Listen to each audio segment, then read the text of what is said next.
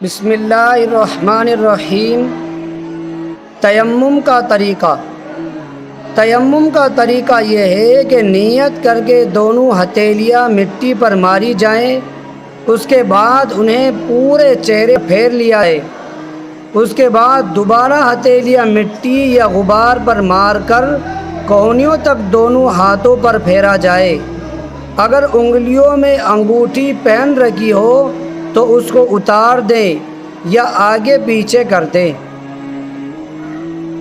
دوسرے شخص کا تیمم کرانا۔ اگر مریض خود تیمم نہ کر سکے تو تیمار دار اپنے ہاتھوں سے بھی اس کو تیمم کرا سکتا ہے۔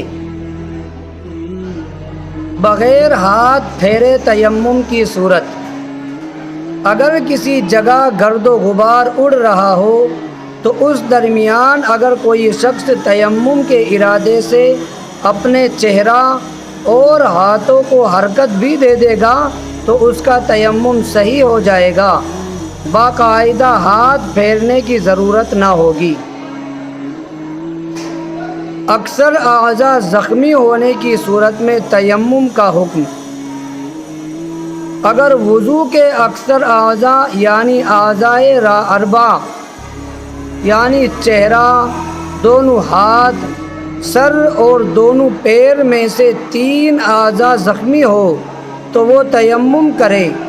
اسی طرح اگر بدن کا اکثر حصہ زخمی ہو تو غسل جنابت کے بجائے تیمم کرنا درست ہوگا، لیکن اگر آدھے اعضاء اور آدھا بدن صحیح سلامت ہو تو اب محض تیمم سے کام نہ چلے گا، بلکہ زخمی اعضاء پر تیمم اور صحیح اعضاء کو دھویا جائے گا۔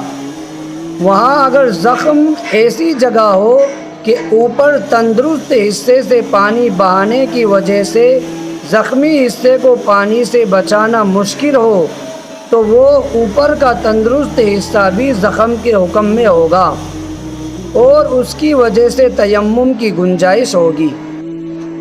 اگر ہاتھ کوہنیوں تک کٹے ہوئے ہوں تو کیا حکم ہے؟ اگر کسی شخص کے دونوں ہاتھ کوہنیوں کے جوڑ سے کٹے ہوئے ہوں تو جب تیمم کرے تو کٹنے کی جگہ کا مسح کرے۔ اگر ہاتھ کوہنیوں کے اوپر سے کٹے ہوئے ہوں تو کیا حکم ہے؟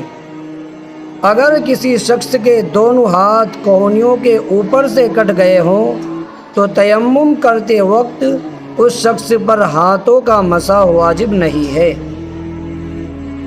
اگر دونوں ہاتھ کٹے ہوں اور چہرہ بھی مجروح ہو۔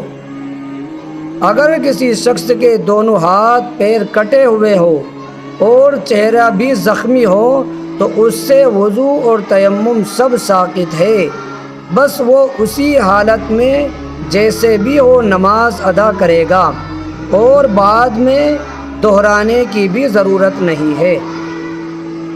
کن چیزوں پر تیمم کرنا جائز ہے؟